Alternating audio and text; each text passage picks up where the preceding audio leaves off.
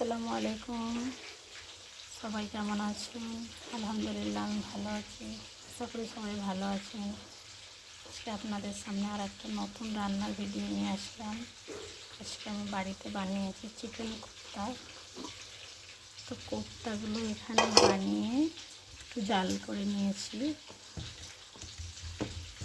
জাল করে নিলে ভিতরটা বেশ সিদ্ধ মতো হয়ে যায়, ভালো লাগে খেতে। তো এখান থেকে নিয়ে আমি কড়াইয়ের মধ্যে কতগুলো ভাজা বসিয়েছি। বন্ধুরা, আমার লাল লাল ভাজাটা হচ্ছে, ভালো লাগে খেতে।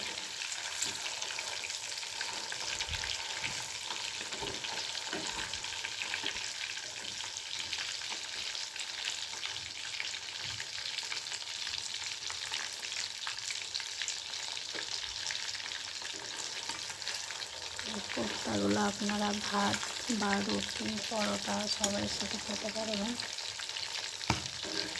ভালো লাগে খেতে। লাল লাল করে ভেজে নিয়ে